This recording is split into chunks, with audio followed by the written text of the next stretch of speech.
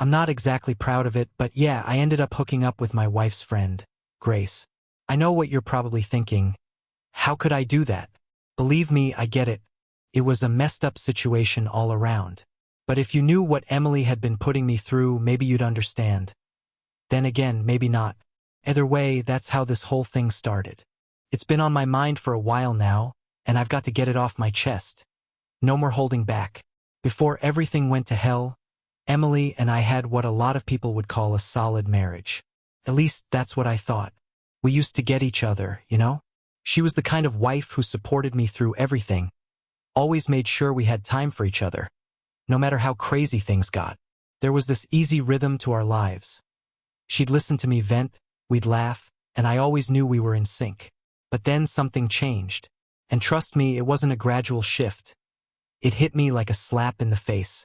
Looking back, I can see it all started when Emily got close to Grace, her new best friend. They met at a work event, or maybe it was a yoga class. Honestly, I don't even remember anymore. All I know is Grace was everything Emily wasn't. Wild, spontaneous, always doing something, always living in the moment. At first, I didn't mind. I thought Emily could use someone to balance her out, maybe even show her how to have some fun. But that's when it started, slowly at first, but it didn't take long for it to get out of hand. Emily started spending more and more time with Grace. At first, it was just drinks after work, maybe hitting up a bar on the weekends. No big deal, right? But then it became this routine. Every Friday and Saturday night, Emily would head out with Grace to this club downtown. You know the type. Overpriced drinks, terrible music, a bunch of wannabe influencers trying way too hard to get the perfect Instagram shot. That's when I started noticing the cracks in our relationship. We weren't spending time together like we used to. I'd suggest we go out, catch a movie, maybe grab dinner, and she'd blow me off. I'm too tired.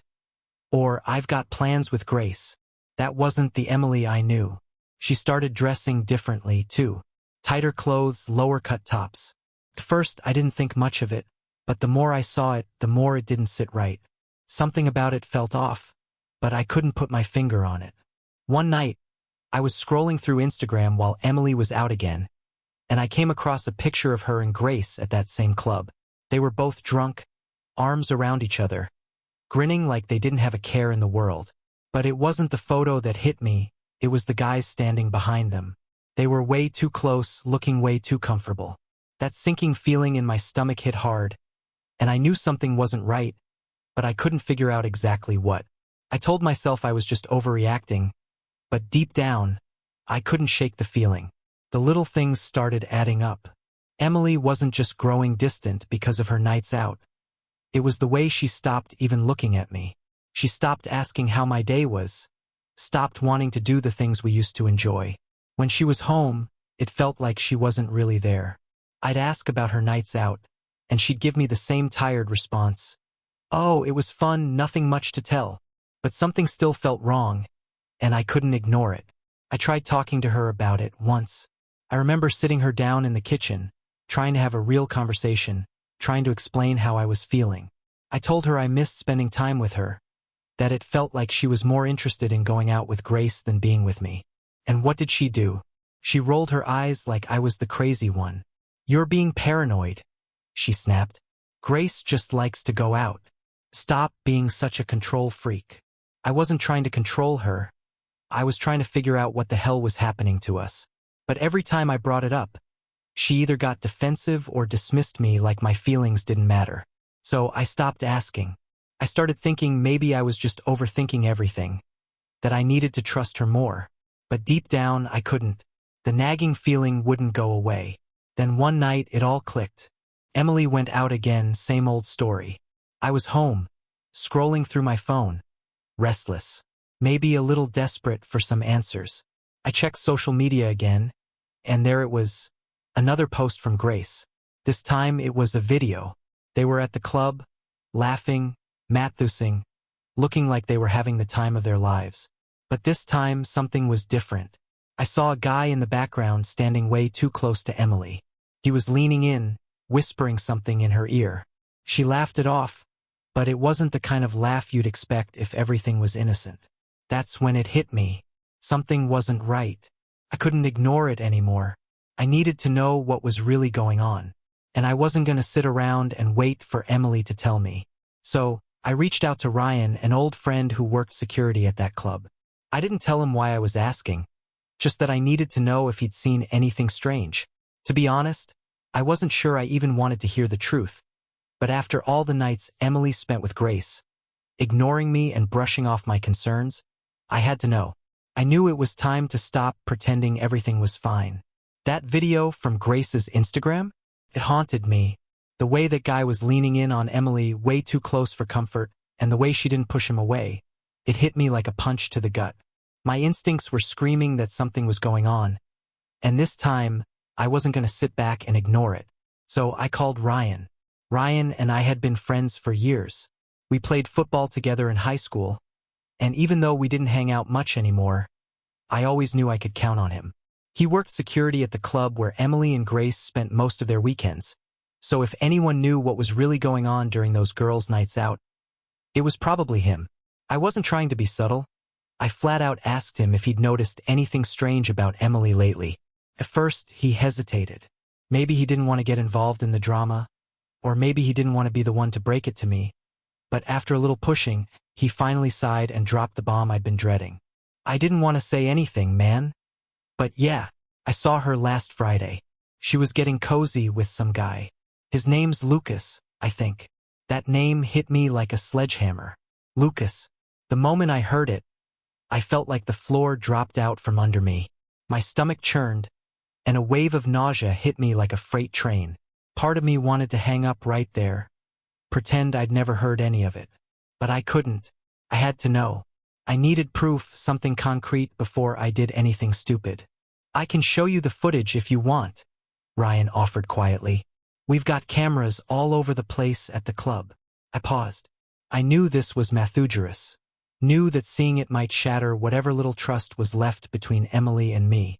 But honestly, it wasn't even curiosity that drove me anymore. It was pure, raw anger. Yeah, I said, my voice tight. Send it to me. The rest of the day felt like a blur. Like I was walking through thick fog. I kept telling myself maybe it wasn't as bad as it sounded. That maybe I was overreacting. But deep down, I knew better. I don't know why I even bothered lying to myself.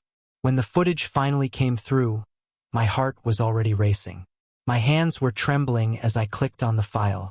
There she was, Emily, sitting at the bar, laughing and flirting with some guy. I zoomed in on his face, and sure enough, it was Lucas. At first, it looked innocent enough. Her hand brushed his arm. He leaned in to whisper something in her ear. But she didn't pull away. Instead, she smiled. That smile.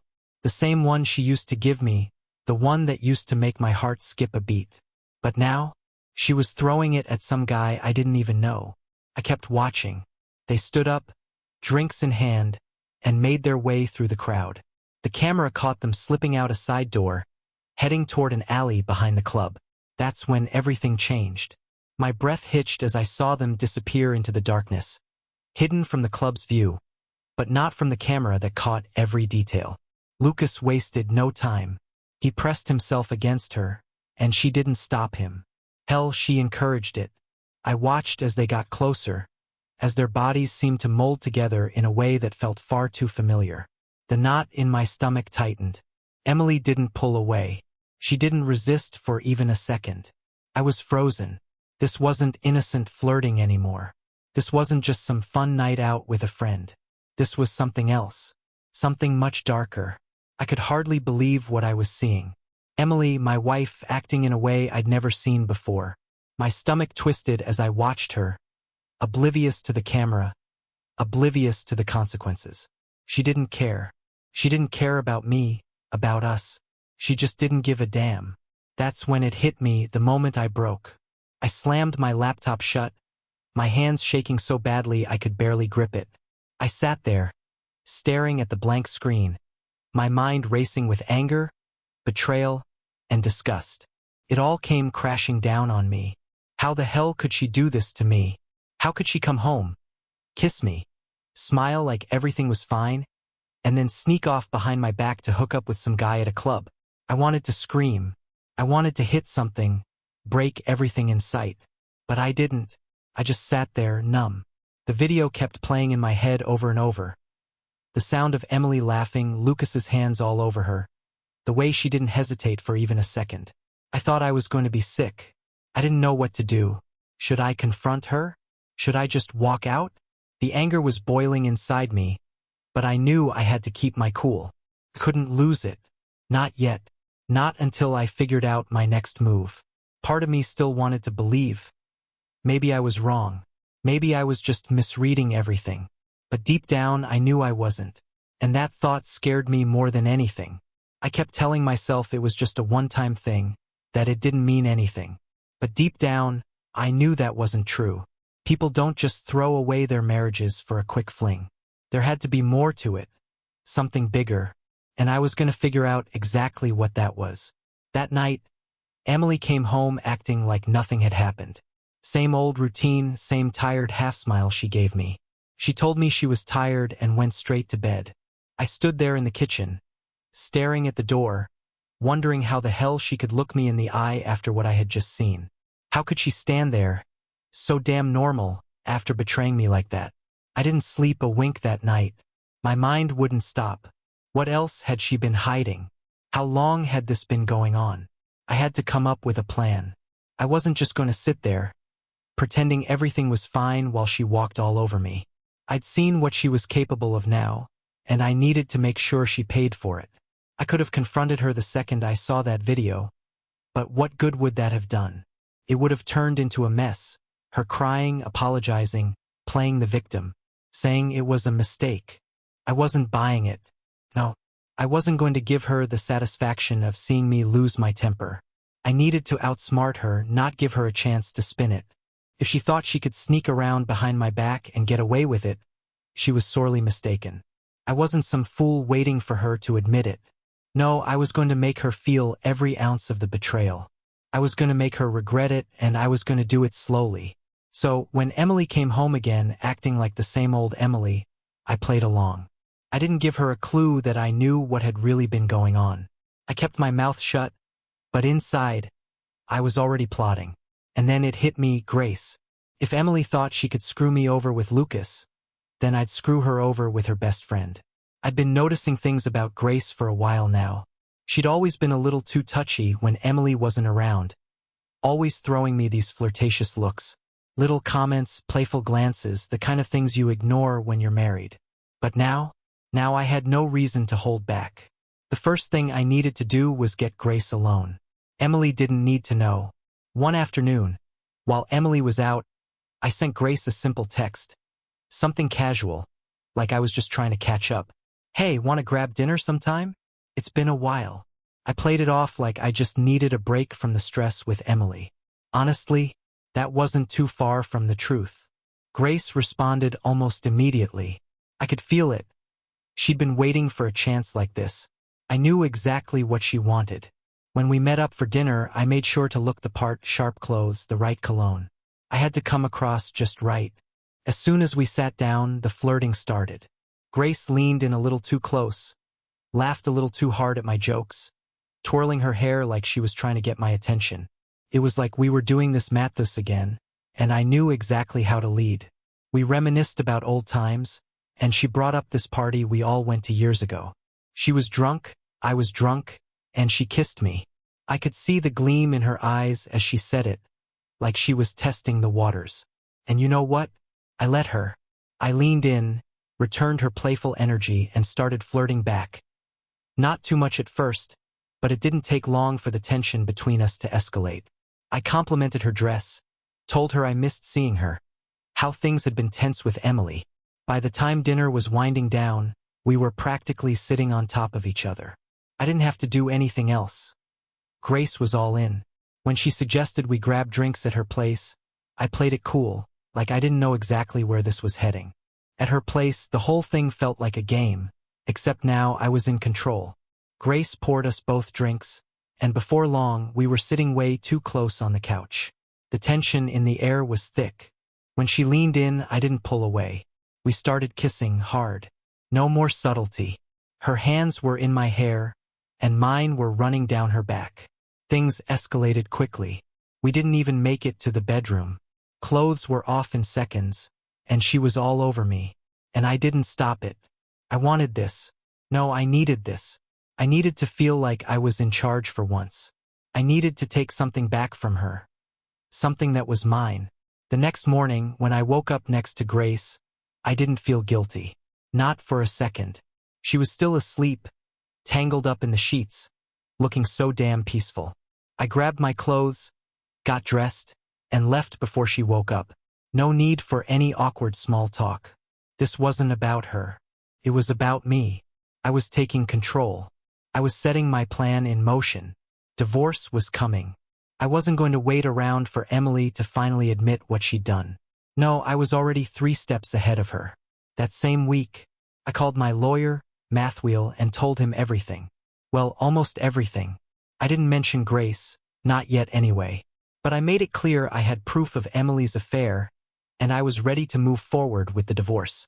I was going to make sure I came out on top, no matter what. Mathwheel was quick to respond. He knew the game well, and right then, that's exactly what I needed. Someone who understood the stakes. Let's keep this quiet for now, I told him. I want to surprise her with it. I want her to feel every second of the fall. We got to work right away, drafting the papers, tying up all the legal loose ends, making sure everything was in place for the moment I'd pull the rug out from under her. I was prepared for the mess that was about to unfold, and I was going to enjoy every second of it. In the meantime, I played the role of the good husband, kept the act going. I smiled when Emily came home, asked her how her night was, acted like nothing was wrong. But inside I was furious. Every time she kissed me, every time she looked at me with those same eyes, I felt the anger welling up. I was fighting every urge to snap, to throw it all in her face. But I had to keep my composure. I knew the longer I waited, the sweeter the payoff would be when everything came crashing down. I was patient. I was ready. There's something about revenge that fuels you. Something dark that makes you feel alive again. Every time I thought about Emily and that guy, Lucas, I could feel my blood boiling. But I kept reminding myself what was coming. The divorce. The affair with Grace. The utter destruction I was about to unleash on her life, just like she had done to mine. That's what kept me going. I wasn't just taking back control. I was going to burn everything she thought she knew to the ground and walk away with a smile on my face. It didn't take long for karma to show up. It's almost funny how the universe has a way of balancing things out. Isn't it? I didn't have to do much. Nature took care of the first part for me. At first, it was the small things. Emily wasn't acting like herself. She seemed off, tired, on edge. But the most obvious sign? She wasn't hanging out with Grace as much. I didn't think much of it at first. Maybe she was getting tired of her wild nights out. Or maybe the weight of her lies was starting to catch up to her. Either way, I knew something was brewing. And then I saw it. That flash of panic in her eyes when she thought I wasn't looking. The way she checked her phone, constantly glancing at it like she was waiting for some terrible news. I didn't know exactly what was going on yet, but I could feel it in my gut. Something was definitely up. One afternoon, Emily came home looking like she'd seen a ghost. She was pale, like she had just received the worst news of her life. She didn't say a word, just went straight to the bedroom and shut the door. That's when I knew. I knew whatever she was hiding was about to come to the surface. And sure enough, a few days later, the truth started to leak out. I overheard her talking on the phone, speaking in hushed tones. She was in the bathroom, and the door was cracked just enough for me to hear bits of her conversation. It was about a doctor's appointment, something to do with test results. That's when it hit me. She'd caught something from one of her little affairs. Later that night, when she thought I was asleep, I saw her slip her phone under the covers, typing like mad. I could only imagine what she was searching for. Symptoms, treatments, maybe even ways to hide it from me. But there was no escaping this, not from me. I knew. I didn't need to follow her to the doctor. When she came home, her face told me everything. She was terrified. That night, she tried to act normal, but I could see it. She was unraveling. She barely touched her dinner, kept glancing at her phone like she was waiting for something. Some kind of sign. Maybe When I asked if everything was okay, she snapped at me. "I'm fine. Just tired," she barked before storming off to bed. She thought she could play it cool, pretend like nothing had changed. But I knew. I always knew. That's when I decided it was time to kick my plan into the next gear. I wasn't about to let her suffer in silence with her little secret. No, I was going to make sure the whole world knew exactly who she was and what she had done. It didn't take much to get the video of her and Lucas out there. A couple of anonymous uploads to local forums, a few messages to mutual friends, and boom, like wildfire it spread. Social media did the rest. Within hours, the video went viral. People were sharing it, tagging each other, gossiping about how sweet, innocent Emily had been caught on camera making out with some random guy behind a club. And of course, it didn't stop there. Word got out about her little health scare, too. Apparently, someone at the doctor's office had loose lips, or maybe Emily had confided in the wrong person. Either way, it didn't matter. The whole town knew. I sat back and watched it all unfold, just out of reach. My phone wouldn't stop buzzing. Texts from friends, acquaintances, even some colleagues. They all wanted to know if I'd seen the video, if I knew what had happened. Of course, I played dumb.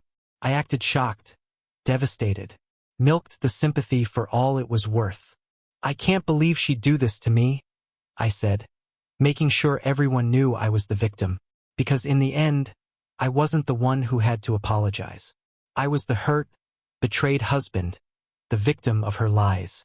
But inside, I was savoring every second of it.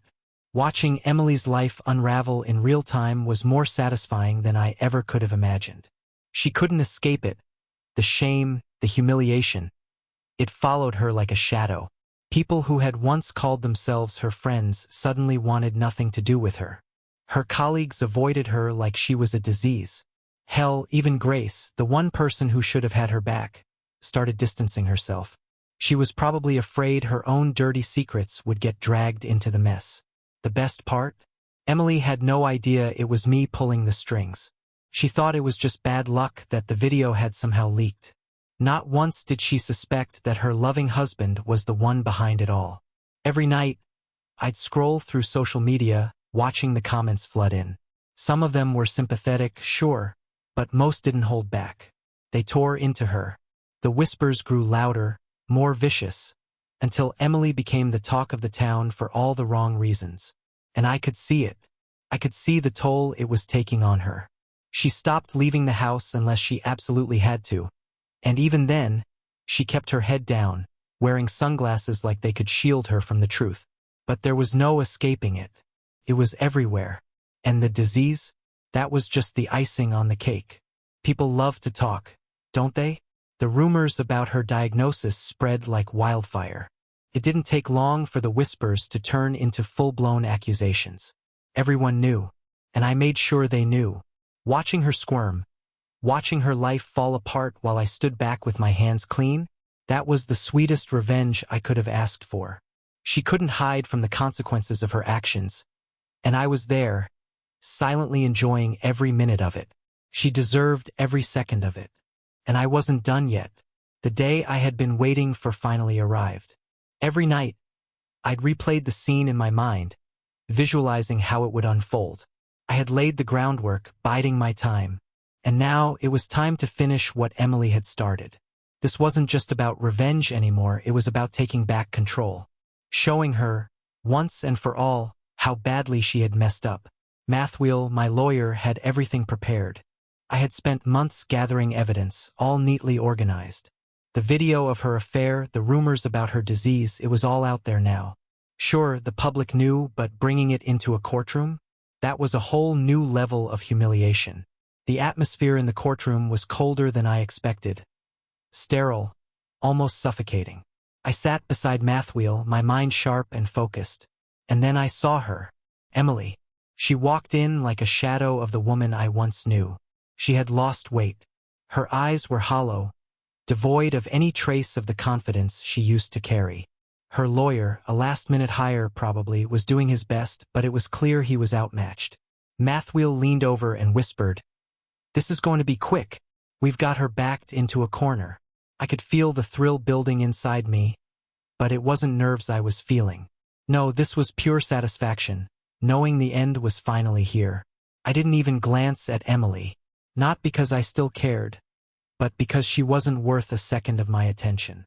She was a ghost, and today I was burying her for good. The negotiations were brutal.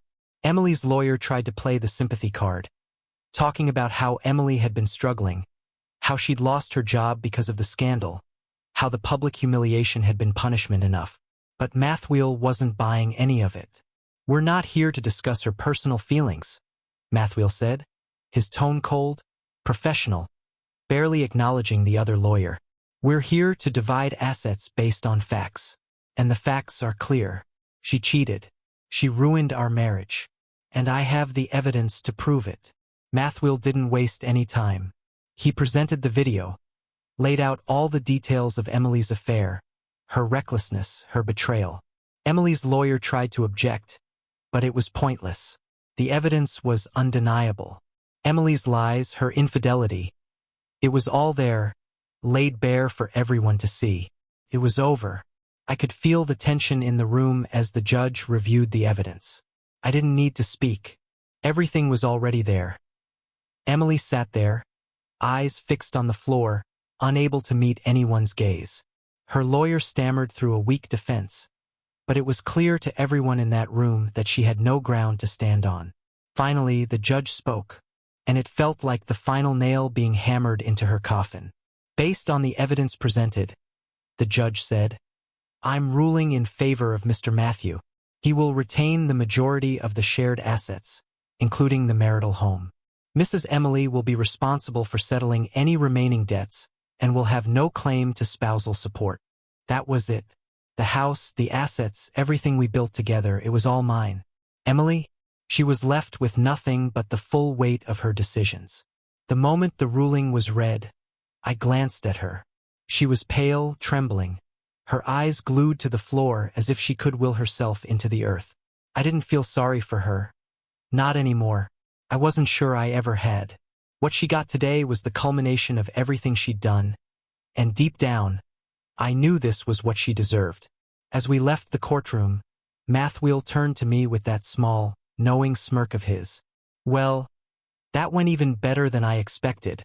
"Yeah," I said, my voice low and thick with satisfaction. "It really did." Emily said nothing as she walked out.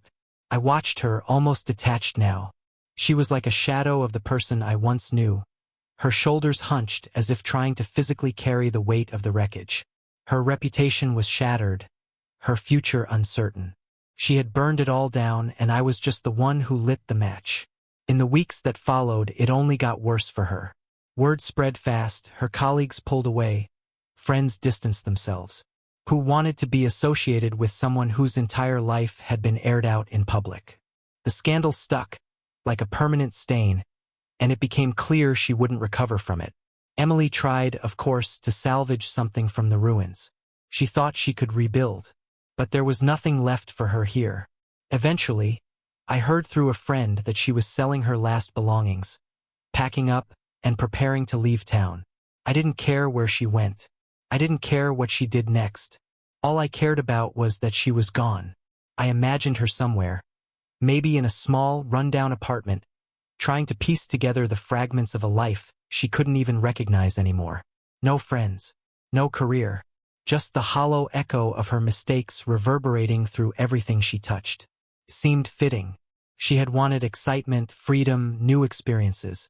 Now, she had all the space in the world, but none of the life she thought she wanted. Her exit was quiet, almost unnoticed by the town. She slipped away, hoping that maybe if she just vanished, the world would forget. But no one forgot, not after what she'd done. The affair, the disease, it was all part of her now, inescapable. Some things stay with you forever. As for me, I walked away with everything I needed. The house, the assets, and, most importantly, peace of mind. I had come out on top, and I didn't just feel vindicated, I felt free. Emily thought she could break me, but in the end, she had only destroyed herself. I was fine with watching it all unravel. It was her mess, not mine. It's strange, the way time works. When everything settles, you start to see things with clarity. The anger, the chaos, the fire of revenge. Eventually, it all fades. What's left is a simpler truth. I had gotten my life back, and I was done carrying the weight of the past. After Emily's world collapsed, mine began to rebuild. The house was in my name. My finances were in order. I had no lingering ties to her. For the first time in years, I could breathe. There were no more lies, no more half-truths. There was just space for me to figure out what came next. I cut ties with Grace, too. After that night, there was nothing left between us. She wasn't part of my future, and I certainly didn't need the drama. Besides, she and Emily were no longer speaking, and that alone was enough of a reason to let that chapter close. Rebuilding wasn't as hard as I thought it would be. At first, there was an emptiness, a silence that hung in the air like a gap waiting to be filled. But slowly it passed. I started reaching out to old friends, people I hadn't seen in years because I'd been too wrapped up in trying to hold on to something that was slipping away. We met for drinks, shared stories, and laughed. Felt good. Felt right. Like I was shedding an old skin. Opportunities began to present themselves. A couple of friends were in business, and they offered me a place in their ventures. It wasn't glamorous, but it was a solid foundation. Something real. Little by little, the pieces started to fit together. And for the first time in a long time, I felt like I was in control again. The best part? It was all mine. No more secrets. No more burdens. Emily tried to reach out as I knew she would. It was inevitable. After burning every bridge, every relationship, and every chance at a future, she had nowhere to go but back to me. One evening, her name popped up on my phone. I stared at it for a moment, almost wondering if I should let it sit there, just to see if the old, familiar sting would resurface. I wasn't shocked. No, that wasn't it. But a small part of me wondered what she could possibly want. An apology? Closure? A last-ditch attempt at reconciliation? I didn't hesitate. I deleted the message without a second thought and blocked her number. There was no point in responding. Emily was a ghost from my past now. She had made her choices and I had made mine. We were strangers and that's where it would stay. Days turned into weeks. Weeks into months. The whole mess faded away like smoke dissipating into the air. People moved on. The gossip cooled. The situation became nothing more than a distant memory. I drove through town sometimes, past places that used to matter. The cafe where Emily and I shared our first date, the bar where Grace and I had that last drink. It all felt like another lifetime, a version of me that didn't exist anymore. Now I was someone new, someone who had been through hell and come out the other side, someone who was free. I didn't know where Emily ended up, and honestly, I didn't care. Wherever she was, it didn't concern me. The town had forgotten her, and so had I.